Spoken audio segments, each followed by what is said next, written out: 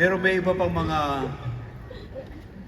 ginagawian tayo o mga tradisyon o mga practices na sa saling-saling lahi ay nagiging special sa ating buhay.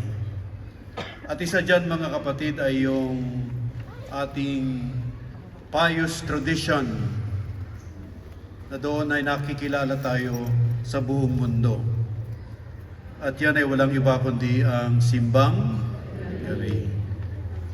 Misa de Gallo, Misa Aguinaldo. Ito ay isang okasyon na kung saan ang lahat ng mga simbahan ay dinudumog ng mga tao, lalong-lalo na tayong mga Pilipino.